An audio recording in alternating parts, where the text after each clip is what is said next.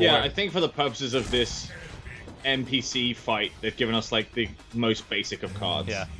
Oh, I think these cards are upgradable. They are? Yeah, so they have 3 slots on them. So, yep, I was correct. So if you go to upgrades, you can slot in more shit that will buff the item up. So I just slotted in 3 major cast upgrades to my Chronomancer disc, which has given me a bunch of extra energy damage. I've noticed that the... Sorry, you cut out there. What? It's like it's like in my ass beat by an NPC. Oh, okay. I think the final crystal does like a AoE pulse that damages everything. Okay. So you can't hide behind units to like get it.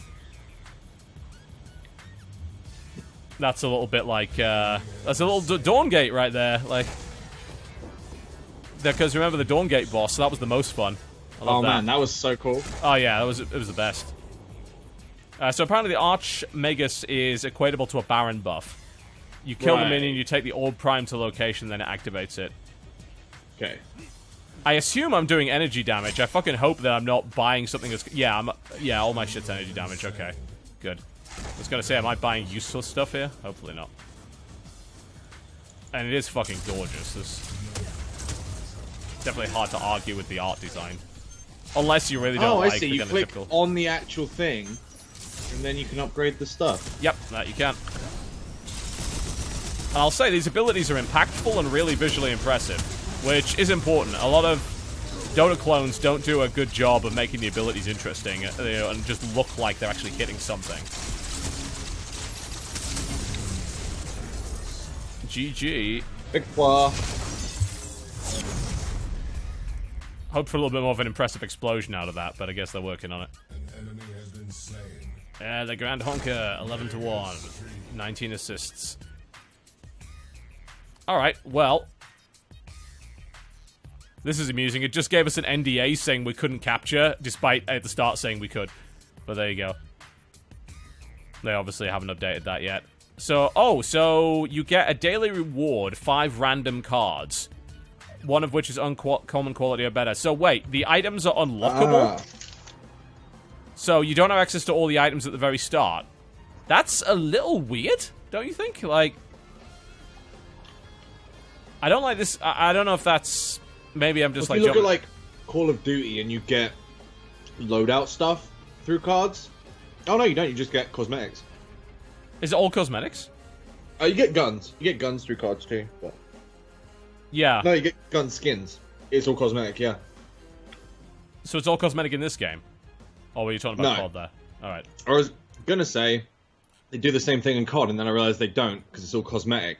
So this is the first time I've seen loadout stuff be, like, RNG dependent. Yeah, I'm curious. Open card packs. Okay, let's see what this fucking does then. So... Alright, so where do we open card packs? Oh, you go to profile, open card pack. Open pack. Yeah, these are quite literally items to use in game. So you don't have access to all of the items. You have to get card packs to unlock them. I assume... I mean, that sounds like side grades, but this is, like, slightly disturbing in the sense that if I don't have access to good items, do I have a fundamental disadvantage going into the game? So we got 2,000 credits for that game. We can buy another pack for 10,000. So every 5 games, you can also buy a pack. Yeah, although we should bear in mind that was an AI game. We might get less credits for AI. Yeah, so I guess that's their progression system, is unlocking items. I really do not like that. Like, unless these are like burn cards in Titanfall, which I assume they're not. If these are like cards that you keep, then this looks like new players are going to get shafted. Yeah, I mean, I assume they're going to matchmake with people of the same level, so they're probably going to have about the same cards, but it looks like I assume you can't buy cards for real money. No, you can only buy cards for in-game currency. You can buy EXP boosts for real money, which could be a problem, because EXP could be linked to... EXP is linked to getting these card packs, right? Because we leveled up and got a card pack, so... So technically, by buying an EXP boost, you get card packs quicker, and if card packs are loadout based, then it is pay to win. Yeah, I don't like that, unless this is purely side grade stuff, but like, I have Greater Heal, which is apparently an uncommon upgrade. So I now have this, which is a 4.2 health regen, and so there are people that don't have that. So, in theory, I have more options to create a better build to counter your build. So do you create the build at the start of the game? You do. You create the deck at the start of the game. So, I guess you've got limited adaptability because you can't put that many in the deck. But I'm still a little wary of this. I don't think they're burn cards. I don't think they are, because you only get one pack every 24 hours. It says at the top, next reward available in 22 hours. So those are the free ones, I guess. But I imagine you can get more packs just through credits. Yeah, you can. Yeah. So you can, if you play a lot of games, you can get more packs. So it also gives you rewards for wins as well.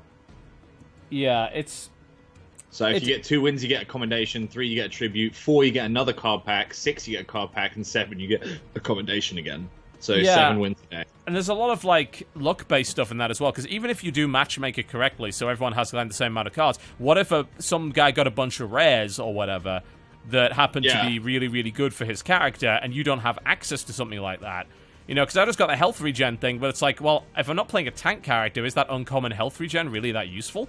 Probably not. I'm gonna ready up. Yeah, it's kind of... Some people are pointing out that it's kind of like the LoL runes. You're right, but one, the LoL rune system is shit, and I hate it. And secondly, the thing with LoL runes is that they're not items. Like, they're tiny little buffs. These are actual items. These are things you're going to equip. So, I'm a little concerned. And it is not a CCG, so you don't get to make the same damn argument, you know? I'm wondering if the items stay the same, but the add-ons are what we're getting. So we get different add-ons for the weapon that aren't normally available. So you can buy coins for these boosts. So I don't know if I can. Yeah. So if you want, you can get reputation experience boosts. And win boosts. I'm gonna see if I can buy one. Give me a minute. See if that. I just want to make sure I'm on a screen because if it buy coins. Here we go. 2,000 coins. 2,000 coins, 160 bonus for $20. Okay, let's see how that works out then. I don't know if their payment system's even online. So apparently there's a dev statement on this. So why I'm paying for this with a credit card. So here's what the devs say about this system. Thanks for your interest in Paragon. This game is not going to be pay to win. Cards are earned through play. That's not what that means. This is the problem with people that say the game's not pay to win because you can earn it in game. That's sometimes true, but not always true. You know, because if you get matched up against someone who has earned 3 times as many cards as you have, then you can run into a problem with that. You know, there's an argument to be made that, you know, buying cards lets you, like, as a person that doesn't play as much, catch up to people that do, which is a fair argument, and I do that. Of course, you know, I don't have the time to play as much as these dudes. But the counter-argument to that is that I could play a lot and still buy cards, which would put me ahead of other people, right? Yeah.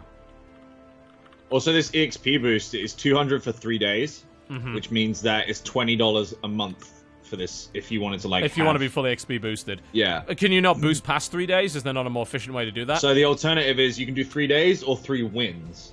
Okay. And they're the same price, which is weird to me. Well, I guess if you don't play that often, and yes, you want 3 wins is better. Yeah, 3 wins is better if you're an infrequent player. I used to buy the win bonuses in LoL because I was not a frequent player. Yeah, I'm the same. Yeah, so that made sense. All right, well, I bought $20 worth of coins. That's what I did too. I'm gonna get the 3-day boost. Yeah. Anyway, I'm going to read the rest of the statement. There are tons of cards coming that are interesting and not just pure stats, okay? The core idea behind the card system is customizable item shop, which is fine, but you're talking about having to collect the damn things. We're already planning to let you craft whichever card you happen to desire. Okay, so that system's not in the game yet.